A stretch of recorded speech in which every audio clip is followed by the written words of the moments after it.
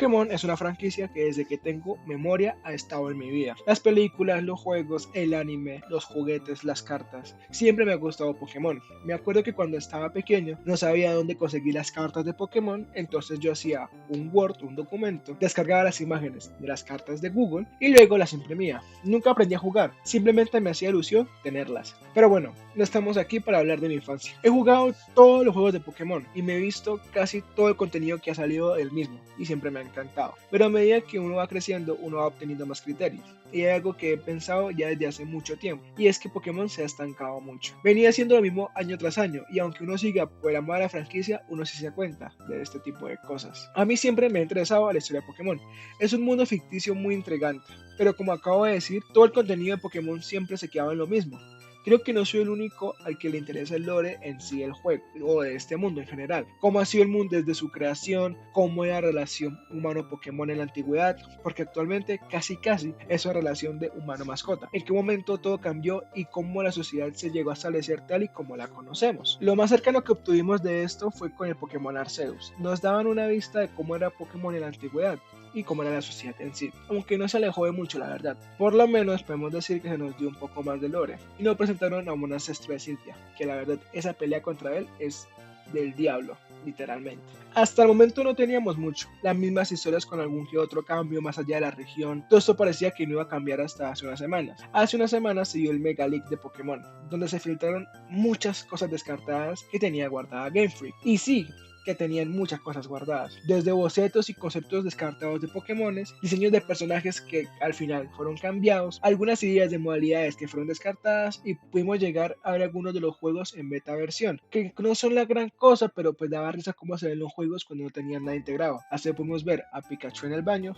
y el interior de Mimikyu después de tanto tiempo. Todo esto le dio un nuevo aire a la comunidad, ya que para bien o para mal le daba a la misma algo de qué hablar, ya que la espera del próximo Pokémon se ve que va a ser un poco larga. Ahora, no mencioné intencionadamente algo, y fue que también se filtraron varias historias que habían creado los trabajadores de Game Freak de la historia de Pokémon, por así decirlo, lore, lo que mucho de la comunidad estábamos esperando, pero este no fue muy bien recibido, o fue recibido de una forma mixta por la comunidad. Se filtraron historias descartadas, es decir, y cabe resaltar este punto, no canon, sobre el lore de Pokémon, historias sobre Typhlosion, Octillery, Slaking, hasta el propio Arceus, entre otras. Estas historias fueron un meme más que todo, ya que contaban cosas algo turbias de esos Pokémones, desde Typhlosion, que secuestró a una niña, hasta una que tuvo la cría de un Slaking, o que un hombre tuvo relaciones con un Octillery.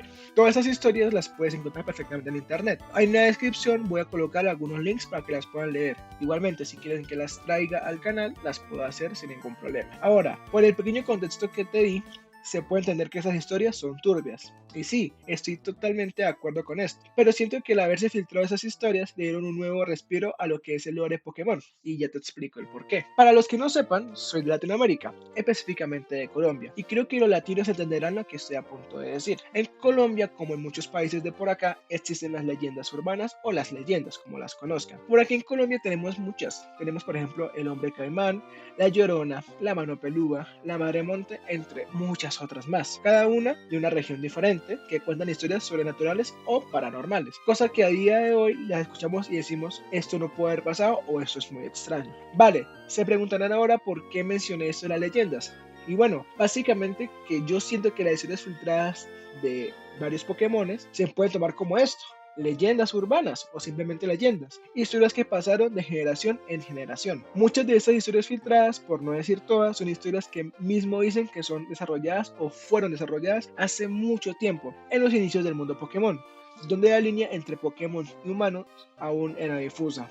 Es decir, son historias muy antiguas. Si nos ponemos en los zapatos de la gente de este mundo, este tipo de historias pueden contar como si fueran nuestras leyendas. Historias que la gente dice que pasaron, pero que fue hace mucho tiempo y que no hay nadie básicamente que lo pueda llegar a confirmar. Es como si tú estuvieras en el colegio o con tus amigos y alguien te llega a decir, ¿sabes que hay una historia de hace mucho tiempo donde un hombre y un Octillery tuvieron un hijo y se dedicaba a matar Ursalins hasta que un día le pasó factura y pagó por sus pecados? Tú pensarías que tu amigo se le zafó perfectamente un tornillo, pero es que es eso, es simplemente una leyenda.